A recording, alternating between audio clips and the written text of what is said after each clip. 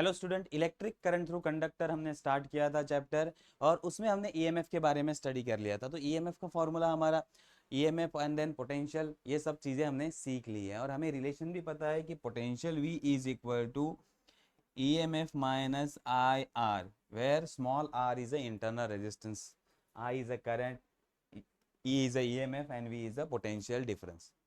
तो अभी इसके आगे हम, अगर हमारे पास 2 या 3 सेल होंगे या हमारे पास नंबर ऑफ सेल होंगे, उनको हम सीरीज में कनेक्ट करेंगे या पैरेलल में कनेक्ट करेंगे, तो उसका वैल्यू बढ़ेगा या कम होगा वो हम देखने वाले। जैसे रेजिस्टेंस को हमने सीरीज में कनेक्ट किया और रेजिस्टेंस को हमने पैरेलल में कनेक्ट किया, एंड देन वैल्यू को जज किया कि सीरीज में वैल्यू इंक्रीज होता है, पैरेलल में वैल्यू डिक्रीज होता है। वैसे अगर सेल्स है हमारे पास, उससे अलग अलग वैल्यू हमें चाहिए, उसका वैल्यू इंक्रीज करना है सेल से, पोटेंशियल का वैल्यू इंक्रीज करना है या फिर वोल्टेज का वैल्यू इंक्रीज करना है या वोल्टेज का वैल्यू घटाना है, तो कौन सा कॉम्बिनेशन हमें यूज करना पड़ेगा, सेल को कैसे कनेक्ट करना पड़ेगा, तो ये हम आज सीखने वाले हैं। तो अब पहला जो हमारा टॉपिक है that is cells in a series. Cell किस में कनेक्ट करने हैं, हमें सीरीज में कनेक्ट करने हैं। तो सीरीज कॉम्बिनेशन हम किसे कहते हैं? देखो, series combination, in series combination cell are connected in a single electric path. तो सेल को हमने सिंगल इलेक्ट्रिक पाथ में कनेक्ट किया है, सेल को हमने सिंगल इलेक्ट्रिक पाथ में कनेक्ट किया है। देखो यहाँ 2 सेल है, दोनों को सिंगल इलेक्ट्रिक पाथ में कनेक्ट किया है, such that the positive terminal of one cell is connected to negative terminal of another cell. तो एक का पॉजिटिव टर्मिनल दूसरे के निगेटिव टर्मिनल के साथ कनेक्ट होगा, एंड ऐसा ही चलता रहेगा। तो इस कॉम्बिनेशन को हम क्या कहेंगे? Series combination. एक सेल का पॉजिटिव टर्मिनल दूसरे सेल का निगेटिव टर्मिनल एक दूसरे को कनेक्टेड है, तो उसे हम क्या कहेंगे? Series combination. अब इसमें होता क्या है, the terminal voltage of battery or a cell is equal to the sum of voltages of individual cell in a series। तो जो भी हमने सेल्स बनाया या बैटरी बनाई है, उसका टोटल वोल्टेज कितना होगा? दोनों का इंडिविजुअल वोल्टेज अगर हम ऐड करेंगे तो उतना वोल्टेज इस कॉम्बिनेशन का होगा।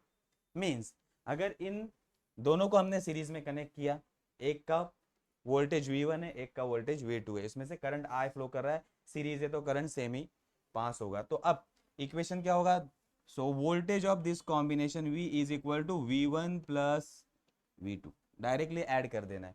मीन्स अगर 2 सेल है हमारे पास 1.5 और 1.5, 1.5 और 1.5 हमने सीरीज में कनेक्ट कर दिया, तो टोटल वैल्यू कितना हो जाएगा सेल का? 3 वोल्ट। कितना हो जाएगा? 3 वोल्ट हो जाएगा, डायरेक्ट एडिशन है ये। तो इसका फॉर्मूला अगर हम फाइंड करेंगे तो V is equal to V1 plus V2। अब हमारे पास EMF के टर्म में इसका फॉर्मूला है, EMF के टर्म में इसका फॉर्मूला है, तो हम लिख सकते हैं कि V1 is equal to E1 plus E1 minus IR1, E1 minus IR1, and V2 is equal to E2 minus IR2। ये हमारे पास फॉर्मूला है। अब ये फॉर्मूला इसमें पुट कर देते हैं हम, तो क्या होगा? Therefore V is equal to E1 plus IR1, sorry minus IR1, E1 minus IR1 plus E2 minus IR2। अब इसमें से E1 E2 एक तरफ ले लेते हैं, E1 plus E2, minus sign common, I common, R1 plus R2 एक तरफ, इन दोनों में से हमने माइनस I कॉमन निकाल लिया, R1 प्लस R2 कॉमन। ये हो गया अगर 2 सेल कनेक्ट करते। फॉर n सेल यही वैल्यू क्या होगा? For number of cell, for n number of cell, for n number of cells, अगर n नंबर ऑफ सेल हम कनेक्ट करेंगे तो V is equal to E1 plus E2 plus up to En minus I R1 plus R1 plus R2 plus up to Rn। तो ये होगा हमारा total value. तो हम इसको ऐसे लिख सकते हैं, V is equal to summation of EI minus I summation of RI, और इसका वैल्यू I का वैल्यू 1 से n तक, I का वैल्यू 1 से n तक। तो ये हमारा फॉर्मूला होगा। तो सिंपली हम क्या कर सकते हैं? एडिशन कर सकते हैं। सिंपली हमें क्या करना है? दोनों पोटेंशियल का एडिशन करना है। मीन्स हमारे पास 2 सेल है, एक का वैल्यू 1.5 है, एक का वैल्यू 2.5 है, तो टोटल कितना होगा, v is equal to 1.5 plus 2.5 addition होगा, ठीक है, तो ये हो जाएगा 4 वोल्ट। समझ में आया? इस तरह सीरीज में एडिशन होता है, सीरीज में क्या होता है, एडिशन होता है। ये समझ में आ गया? तो ये हो गया हमारा सीरीज कॉम्बिनेशन। अब सीरीज कॉम्बिनेशन के एडवांटेजेस क्या होते हैं, सीरीज कॉम्बिनेशन के एडवांटेजेस देखते हैं हम। सो एडवांटेजेस देखिए, cell connected in a series produce a large resultant voltage, voltage बढ़ जाता है। दो 1.5 के दो सेल अगर हमने सीरीज में कनेक्ट कर लिए तो 3 वोल्ट हो जाता है। Okay, so cell connected in series produce a large resultant voltage, resultant voltage बढ़ जाएगा।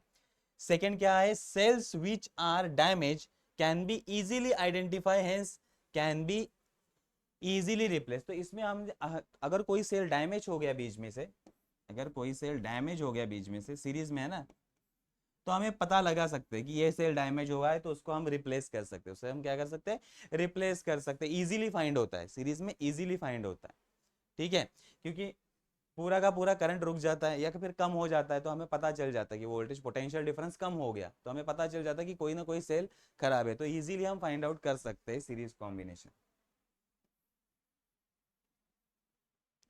तो ये समझ में आ गया, ये हो गया सीरीज कॉम्बिनेशन। अब आते हैं पैरेलल कॉम्बिनेशन में। अब पैरेलल कॉम्बिनेशन किसे कहेंगे ये तो आपको पता है, सिर्फ सेल के हिसाब से हमें उसका फॉर्मूला निकालना है। देखो, सेल्स इन अ पैरेलल, अब सेल को हमने पैरेलल कॉम्बिनेशन में कनेक्ट किया है। So consider two cell connected in a parallel, हमने दो सेल लिए E1 E2, दोनों भी पैरेलल में कनेक्टेड है, दोनों भी पैरेलल में कनेक्टेड है। ओके, इसका ईएमएफ का वैल्यू हमने लिखा है E1 और ईएमएफ का वैल्यू है E2। ओके, देन अब पैरेलल कॉम्बिनेशन किसे कहते हैं, positive terminals of all cell connected together and negative terminal of all cells connected together. Okay, positive terminals of all cell are connected together, तो जितने भी positive terminal है एक point को कनेक्ट होंगे और जितने भी नेगेटिव टर्मिनल है एक पॉइंट को कनेक्ट होंगे, तो इसे हम क्या कहेंगे, पैरेलल कॉम्बिनेशन। इसे हम क्या कहेंगे, पैरेलल कॉम्बिनेशन। अब देखो, या फिर हमने क्या किया, दो सेल को दो पॉइंट के बीच में कनेक्ट किया, एक को कहा है हमने B1 पॉइंट और एक को कहा है हमने B2 पॉइंट। ओके, तो एक जगह पॉजिटिव पोटेंशियल होगा, हम कहेंगे VB1 is a positive potential, और एक जगह नेगेटिव हमारा पोटेंशियल होगा, दैट इज VB2, ये हमारा पोटेंशियल है, ठीक है। तो अब हमें इस कॉम्बिनेशन का वैल्यू फाइंड आउट करना है, तो पहले हम सेल E1, पहले सेल से स्टार्ट करते हैं, देन दूसरे सेल से स्टार्ट करते हैं। तो अब potential difference between point B1 for first cell, पहले सेल के लिए हम फाइंड आउट करते हैं। तो आते हैं फॉर फर्स्ट सेल, मीन्स हमारा ये फर्स्ट सेल, इसका ईएमएफ E1 है। For first cell potential difference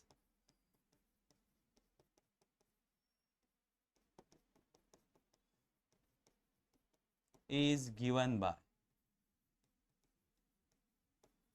potential difference V is equal to VB1 जो पॉजिटिव पोटेंशियल है minus VB2 is equal to, हमारा फॉर्मूला V का क्या होता है, इसका EMF E1, करंट कितना फ्लो कर रहा है I1, तो ये होगा I1, और internal resistance R1, internal resistance R1, ये हो गया पहले सेल के लिए। तो इसमें से हम करंट फाइंड आउट करते हैं, तो अब हमारा फॉर्मूला, इसमें से हम क्या फाइंड करेंगे, करंट फाइंड आउट करेंगे। Therefore V is equal to E1 minus I1 R1।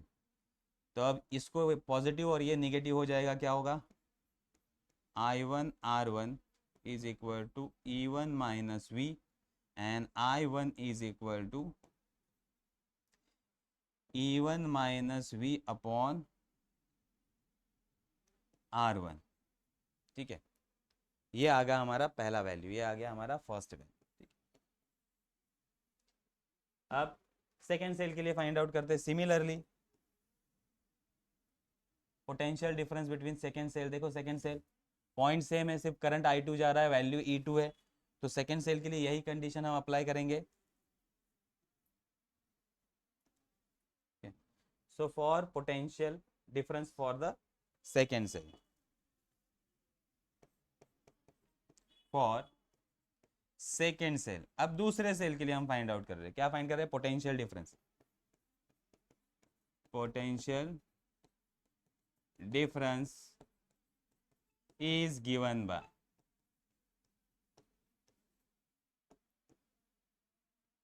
Formula तो वही रहेगा, V is equal to V V1 minus V B2 is equal to E2, current कितना फ्लो कर रहा है? Minus I2 R2। तो इसमें से हम मैं डायरेक्ट वैल्यू लिख देता हूँ, देयरफॉर सेम सॉल्व करेंगे तो वैल्यू क्या होगा? I2 is equal to E2 minus V upon R2, equation 2, equation 2।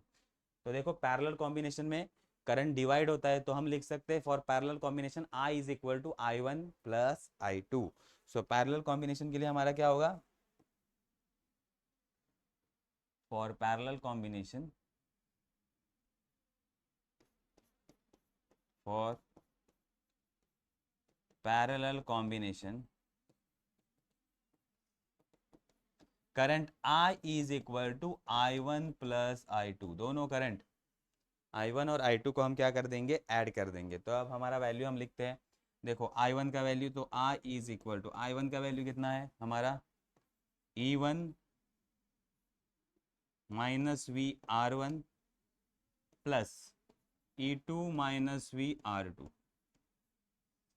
दोनों को पुट कर दिया फ्रॉम इक्वेशन 1 एंड 2,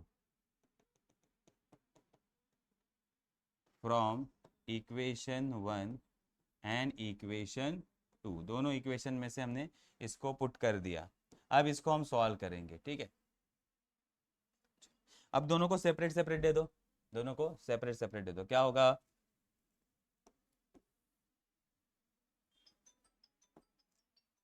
सो ये होगा I is equal to E1 अपॉन R1 minus V upon R1 plus E2 R2 minus V R2, ठीक है। तो अब हम क्या करेंगे, जो E1 E2 वाला टर्म है एक तरफ और V वाला टर्म दूसरी तरफ, तो क्या होगा? I is equal to E1 R1 plus E2 R2, E1 R1 plus E2 R2, ये एक टर्म बन गया।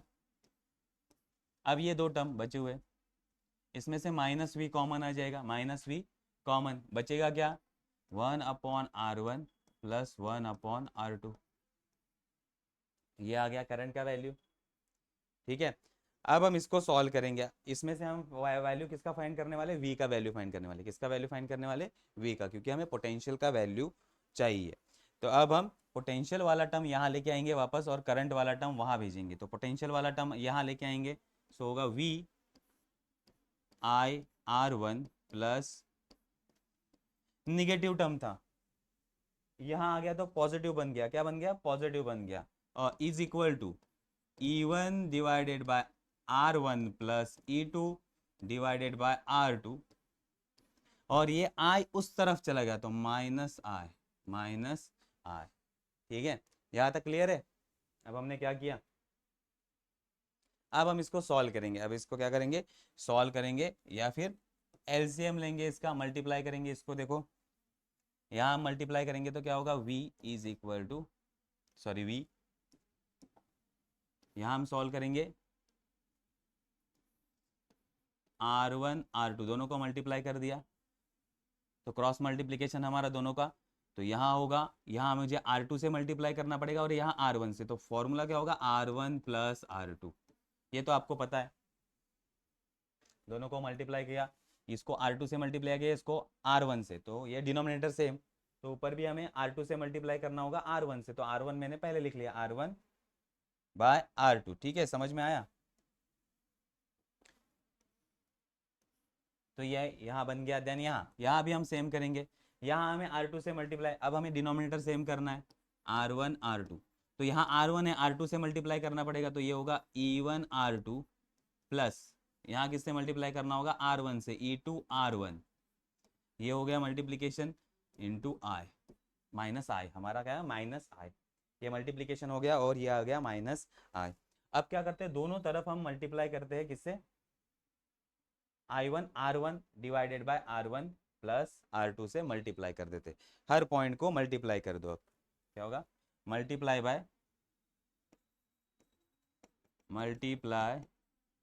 बोथ साइड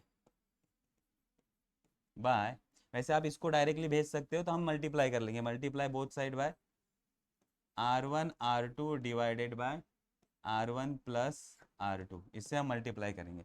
तो यहाँ मल्टीप्लाई करेंगे V R1 plus R2 R1 R2, इसको मल्टीप्लाई किससे करना है, R1 R2 divided by R1 plus R2।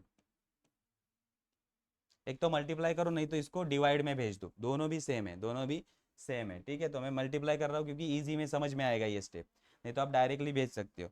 या फिर अगर हमें डायरेक्ट चाहिए तो देखो क्या करेंगे, ये स्टेप को निगलेक्ट करेंगे। अगर आपको ये स्टेप नहीं समझ में आ रहा है क्यों इसको लेना है, तो सिंपली वी लिखना है, ये टर्म उस तरफ चला गया, मीन्स क्या होगा, E1 R2 plus E2 R1 divided by R1 R2, इसको डिवाइड में आ जाएगा ये term R1 plus R2 divided by R1 R2, ऐसा भी कर सकते हो, minus I divided by R1 plus R2 divided by R1 R2, ये भी मेथड है। तो यहाँ से कट गया और यहाँ हमने डिवाइड में कर दिया।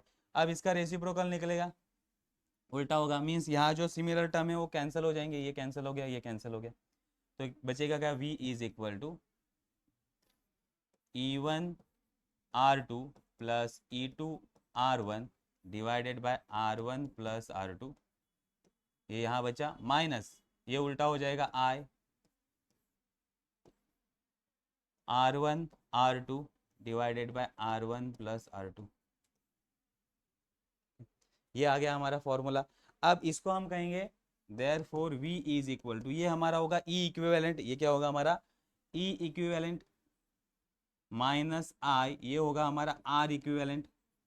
तो ये आ गया हमारा फॉर्मूला, इसमें हमने इसको E इक्विवेलेंट पुट किया और इसको हमने R इक्विवेलेंट पुट किया।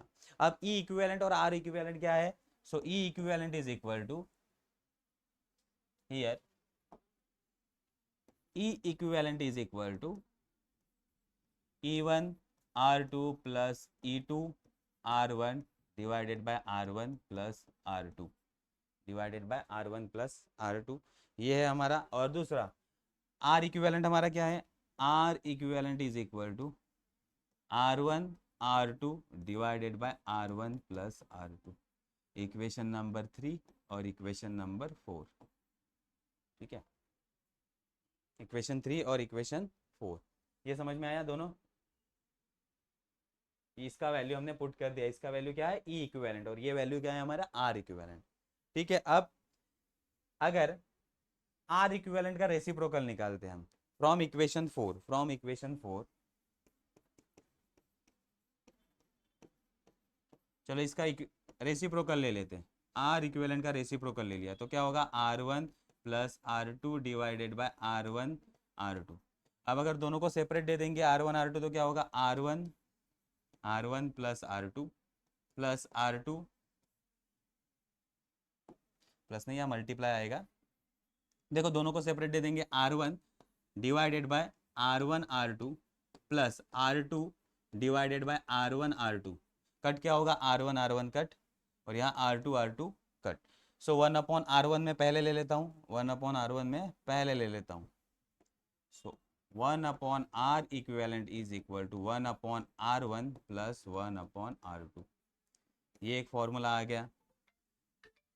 ठीक है, नेक्स्ट कॉम्बिनेशन, अब इसके लिए सॉल्व करते हैं, ई इक्विवेलेंट के लिए हम सॉल्व करते हैं, ई इक्विवेलेंट और दोनों को डिवाइड कर देते, इक्वेशन 3 और 4 को क्या कर देते, डिवाइड कर देते, इक्वेशन 3 डिवाइड बाय इक्वेशन 4। तो हम किसको डिवाइड कर रहे हैं, E equivalent divided by R equivalent, दोनों को डिवाइड कर देते, दोनों का वैल्यू देखते हैं क्या आएगा। सो ई इक्विवेलेंट का value E1 R2 plus E2 R1 divided by R1 plus R2 divide by R1 R2 divided by R1 plus R2। तो ये R1 plus R2 R1 plus R2 cut हो गया और बाकी हम सेपरेट दे देंगे value. So E equivalent divided by R equivalent E1 R2 divided by R1 R2 plus E2 R1 divided by R1 R2। तो ये R1 कट जाएगा, ये R2 कट जाएगा। So E equivalent divided by R equivalent is equal to E1 R1 plus E2 R2। ये हमारा ratio का value आ गया, ये हमारा रेशो का वैल्यू आ गया। ठीक है, तो फाइंड आउट करने के लिए हमें ये दो वैल्यू फाइंड आउट करने पड़ेंगे एंड देन हम पुट करेंगे इसमें। तो ये समझ में आ गया। अगर n नंबर ऑफ रेजिस्टेंस होंगे तो n टाइम्स ऐड करते जाना है। क्या करना है? n टाइम्स ऐड करते जाना है। तो हम दो वैल्यू इससे निकाल सकते हैं। R इक्विवेलेंट इजीली निकल जाएगा, देन इसमें हम पुट करके E equivalent by R equivalent से भी हम वैल्यू निकाल सकते हैं, देन वोल्टेज निकाल सकते हैं। तो ये समझ में आ गया सीरीज कॉम्बिनेशन और पैरेलल कॉम्बिनेशन का फॉर्मूला है। जनरली पैरेलल कॉम्बिनेशन एग्जाम में इतना पूछा नहीं जाता क्योंकि बहुत बड़ा डेरिवेशन है, इसलिए जनरली 11th में इसको नहीं पूछा जाता, याद रखो। ठीक है, तो पूछा क्या जाएगा? सीरीज कॉम्बिनेशन या फिर इस कॉम्बिनेशन पे सम आएगा एक हाथ कि इतने कितने सेल हमें कनेक्ट करने। तो अब हम इसका एडवांटेज और डिसएडवांटेज देख लेते हैं। पैरेलल कॉम्बिनेशन एडवांटेजेस क्या है पैरेलल कॉम्बिनेशन के? For sale connected in a parallel in a circuit, the circuit will not break open even if a cell gets damaged or open. Okay, अगर cell damage हो गया या फिर open हो गया तो सर्किट ब्रेक नहीं होगा, करंट फ्लो होता रहेगा। क्योंकि एक सेल भी खराब हो गया, एक सेल भी खराब हो गया तो करंट को ये स्टॉप नहीं करेगा। सीरीज में एक सेल खराब हो गया तो करंट पास नहीं हो सकता, स्टॉप हो जाता है। तो हमें इजीली मिल जाता है कि अरे ये सेल खराब हो चुका है। तो यहाँ क्या हो रहा है? अगर कोई भी सेल डैमेज हो जाए या ओपन हो जाए तो हमें करंट मिलता रहेगा, तो हमें पता नहीं चलता। सो अब इसमें पैरेलल में डैमेज सेल ढूंढना थोड़ा मुश्किल होता है इसकी वजह से। So disadvantage of cells in parallel, parallel में अगर सेल कनेक्ट करेंगे तो डिसएडवांटेज क्या है? The voltage develop by the cell in parallel connection can not be increase by the increasing number of cell present in a circuit. अगर हम number of cell को parallel में कनेक्ट करेंगे, number of cell को parallel में connect करेंगे तो voltage increase नहीं होता, वोल्टेज कांस्टेंट रहता है। वोल्टेज क्या रहता है? कांस्टेंट रहता है। तो वोल्टेज इंक्रीज नहीं होगा लेकिन करंट इंक्रीज होगा। करंट क्या होगा? इंक्रीज होगा, वोल्टेज इंक्रीज नहीं होता है। तो ये समझ में आ गया। तो सीरीज कॉम्बिनेशन में वोल्टेज इंक्रीज होता है, पैरेलल कॉम्बिनेशन में करंट इंक्रीज होता है। क्या इंक्रीज होता है? करंट इंक्रीज होता है। तो ये याद रखना है हमें। ओके, ये समझ में आ गया। चलो अब आते हैं हम लास्ट वाले टॉपिक पे, that is types of cell. Types of cell. अब इस तरह से मैंने शॉर्ट पॉइंट निकाल के रखे हैं क्योंकि इसका छोटा सा क्वेश्चन आपको आ सकता है। Electric cell basically divided into three type, that is primary cell, secondary cell and fuel cell. Secondary cell में भी फ्यूएल का टाइप आता है। ओके, तो इलेक्ट्रिकल सेल है, फ्यूएल सेल भी होता है और सेकेंडरी सेल में भी फ्यूएल सेल होता है। ठीक है, सेकेंडरी सेल का भी ये टाइप हो सकता है। तो प्राइमरी सेल किसे कहते हैं? देखो, प्राइमरी सेल जो हम यूज करते हैं पेंसिल से, जो चार्ज नहीं हो सकता, दोबारा यूज नहीं कर सकते, उसे हम प्राइमरी सेल कर सकते हैं। So primary cell can not be charge again. एक बार डिस्चार्ज हो गया फेंक देंगे। ओके, वन टाइम यूज वाला जो सेल होता है उसे क्या कहते हैं? Primary cell. It can be use only once, इसका यूज एक बार ही कर सकते हैं। देन एग्जांपल ड्राई सेल और अल्कलाइन सेल। ड्राई सेल या अल्कलाइन, हमारा जो पेंसिल सेल आता है ड्राई सेल या फिर अल्कलाइन सेल, इसका कॉस्ट कम होता है। So low cost can not be use easily, can be use easily. ये लो कॉस्ट है और इजीली हम अवेलेबल है, इजीली यूज कर सकते हैं। घड़ी में डाल दिया, घड़ी चलने लगी।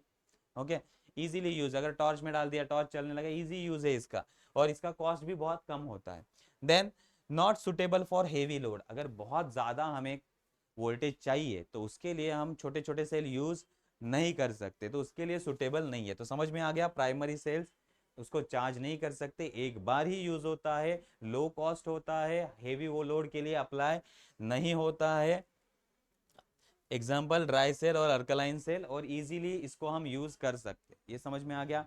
देन सेकेंडरी सेल्स हम किसे कहेंगे? Simply secondary cells are rechargeable, can be reuse. तो ये डिफरेंस भी आपको मिल जाएंगे। सेकेंडरी सेल कैसे होता है? चार्ज कर सकते हैं हम उसको, तो उसका हम यूज बार बार कर सकते हैं, तो रीयूज होता है उसका। Secondary cells are rechargeable and can be reuse. Okay, तो इसमें केमिकल रिएक्शन होता है। इसमें क्या होता है? केमिकल रिएक्शन, जिसको हम वापस उल्टा कर सकते हैं, जो कि हमारा इन्वर्टर का बैटरी होता है, आपने देखा होगा। इसमें केमिकल रिएक्शन होता है, तो केमिकल रिएक्शन को हम रिवर्स कर सकते हैं। तो इसमें क्या होता है? Chemical reaction is reversible. इसमें जो केमिकल रिएक्शन होता है वो रिवर्सिबल होता है। देन लेड एसिड सेल और अ फ्यूल सेल, इसका एग्जांपल क्या है? लेड एसिड सेल और फ्यूल सेल। देखो आ गया इसमें सेकेंडरी सेल में फ्यूल सेल का एग्जांपल। ओके, अब आपकी बुक में दिया गया है फ्यूल सेल व्हीकल। क्या दिया गया है? Fuel cell vehicle, the electric vehicle that use fuel cell. अब इलेक्ट्रिकल कुछ व्हीकल होते हैं जो फ्यूल सेल को यूज कर सकते हैं। अब फ्यूल सेल में क्या आता है? हाइड्रोजन सेल आता है, हाइड्रोजन सेल आता है जिसको आप यूज कर सकते हैं। तो हाइड्रोजन एज अ फ्यूल इसमें यूज होता है। क्या होता है? Hydrogen fuel.